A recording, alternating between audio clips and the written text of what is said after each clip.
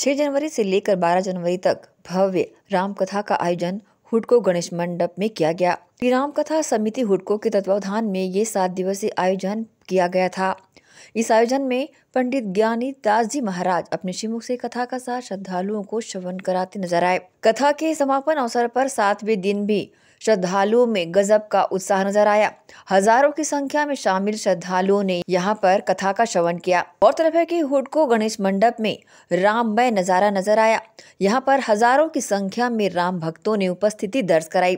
पंडित ज्ञानी दास जी महाराज ने अपने श्रीमुख से कथा का सार श्रद्धालुओं को श्रवण कराया। वहीं हजारों की संख्या में राम भक्त भी भक्ति में लीन नजर आए। गए बगीचे, ऊपर बहुत फल, नीचे एक भी नहीं। और माँ ने कहा कि फल तोड़ना नहीं, करूं क्या? हनुमान जी ने कहा कि क्या करूं, ऊपर तो बहुत फल है, नीचे एक भी नहीं है। अगर फल तोड़ूं तो माँ का आज्ञा का पालन टूट जाएगा, आज्ञा टूट जाएगा। तो हनुमान जी ने क्या किया, मूल से ही ये पेड़ उखाड़ा, क्योंकि माँ ने फल तोड़ने के लिए मना किया था, पेड़ तोड़ने को बात था नहीं। हनुमान जी ने मूल से एक वृक्ष उखाड़ा, पटका, और जैसे फल गिर के टूटे, हनुमान जी वही खाएं और कहा माँ तेरे आज्ञा के अनुरूप बर्ताव कर रहा। आपने फल तोड़, राक्षस जब तक हनुमान जी फल खाते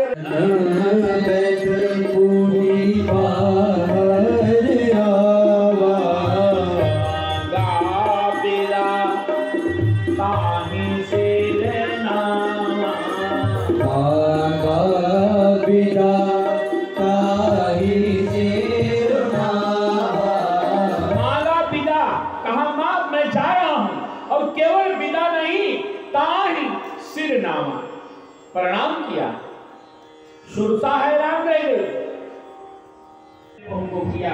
जो जन्माने समझते हैं 3 किलोमीटर का एक कोस होता है, 4 कोस का एक जोजन होता है। सुरसा ने जब अपने मुंह को 16 जोजन मुखते ही भयो, 16 जोजन मुखते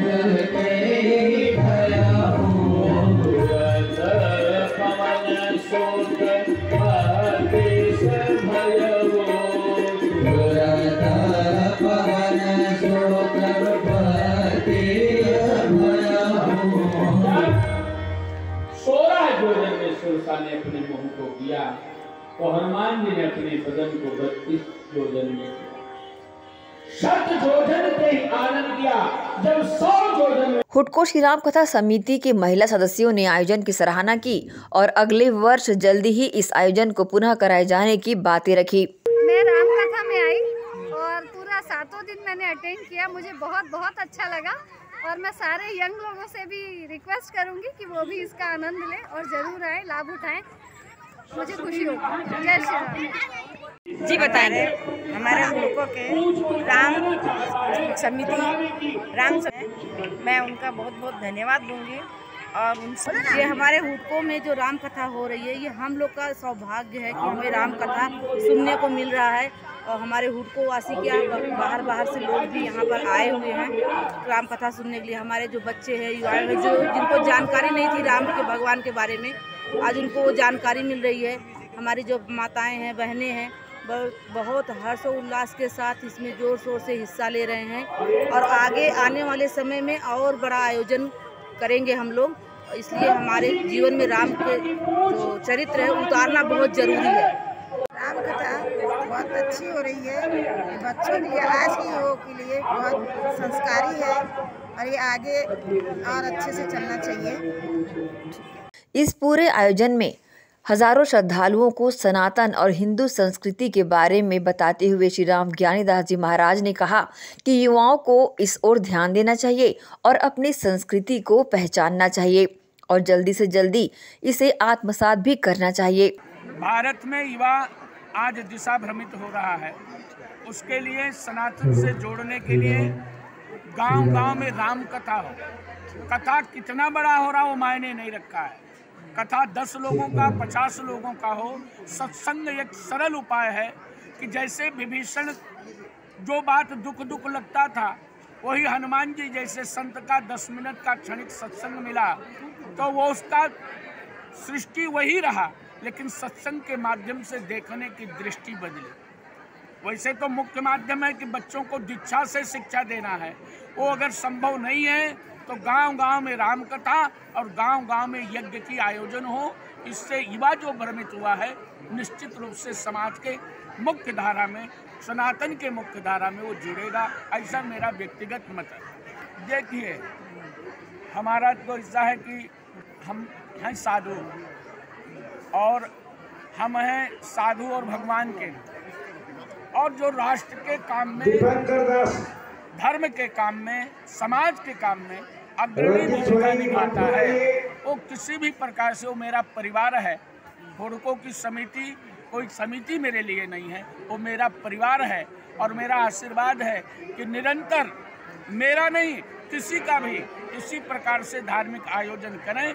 निश्चित रूप से यहाँ अगर 1000 लोग हैं और 5 लोगों को हमने ब्रेन मुख्य धारा में लाया, उनके दिमाग को बदल करके, तो हमारी सबसे बड़ी सफलता है। हुडको समिति मेरा परिवार है और मैं उनसे बहुत प्रसन्न हूँ। दुर्ग भिलाई के जनता को यही कहूँगा कि समय बहुत विकट आ रहा है, आगे करो या मरो जो सुभाष चंद्र बोस ने नारा दिया था, ये समय आ गया है। आगे भीषण विभीषिका आएगा, प्राकृतिक आपदा आएंगे, युग परिवर्तन की बेला है। जो लोग धर्म के छत्र छाया में रहेंगे, जो परिवार में समरसता के भाव से अपने बुजुर्गों का मार्गदर्शन लेके जीवन में चलेंगे, निरंतर उनकी प्रगति होगी। हुडको के लोगों को यही कहूँगा, राम कथा को अपना जीवन आश्रय बनाएं, राम को अपना आदर्श समझें, राम का चरित्र, राम का मर्यादा, राम का आदर्श घर घर में इसका पालन हो, यही उनसे निवेदन है।